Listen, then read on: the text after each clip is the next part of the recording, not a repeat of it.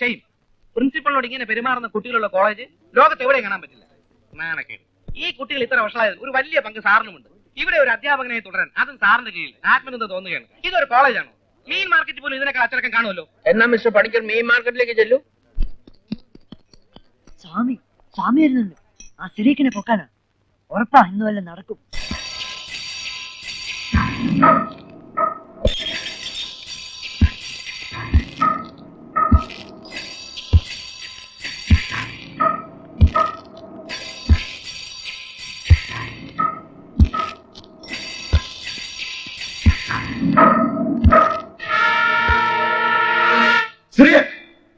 ഇങ്ങോട്ട് വന്നില്ലല്ലോ സ്വാമി.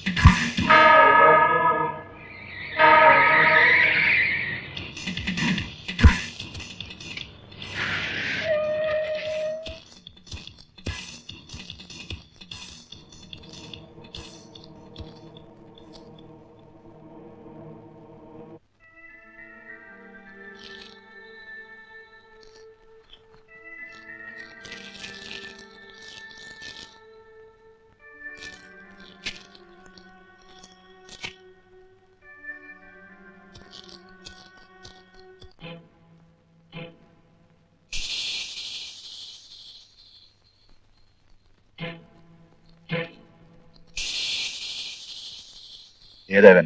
സെക്കൻഡ് പീരീസിയാ. മെഡ്രാസിൽ തെളിഞ്ഞ ബാച്ചാ. ആ, കാശിട്. സ്വാമി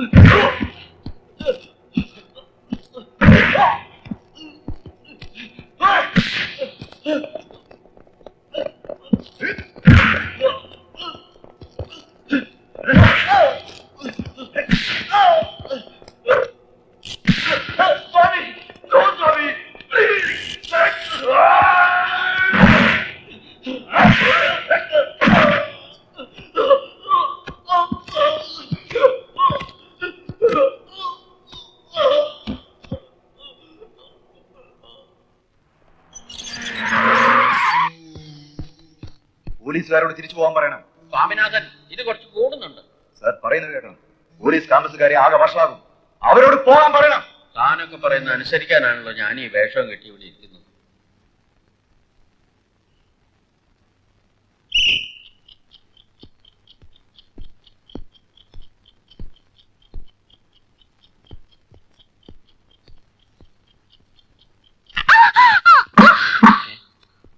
എന്താ എന്താ what happen to you Annie? നിന്റെ സ്റ്റാമിന പോയിരിക്കുന്നു. 24 മണിക്കൂറും പ്രാക്ടീസ് ചെയ്യാൻ താല്പര്യം കാണിച്ച കുട്ടിയാ നീ.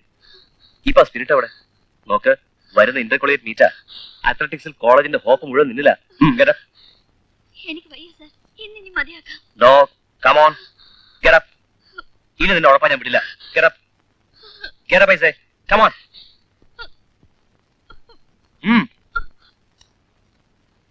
Come on, do fast, Annie.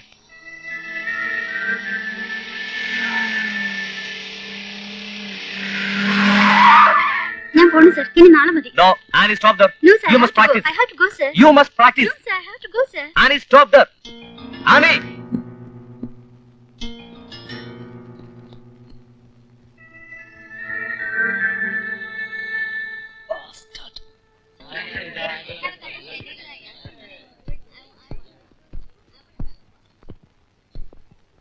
അനിരിക്കും.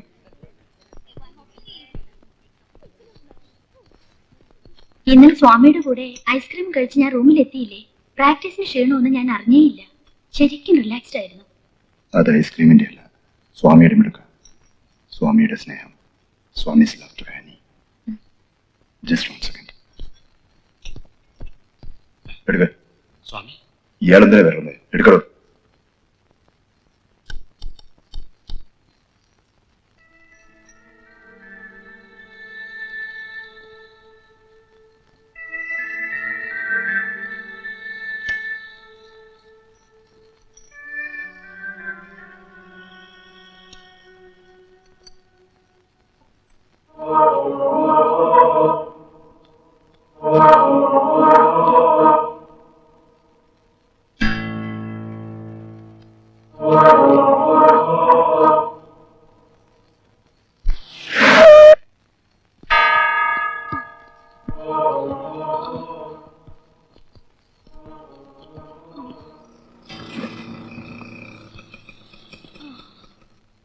Swami, please don't leave me.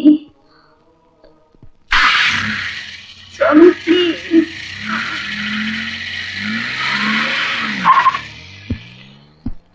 Swami, Swami, Annie എങ്ങോട്ടാണ് പോയത്?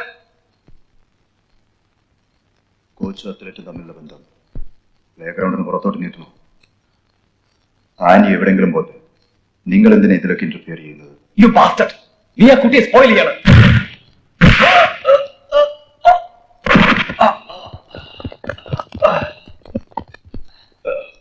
ഇത് സ്വാമി, മൈൻഡ് ഇറ്റ്.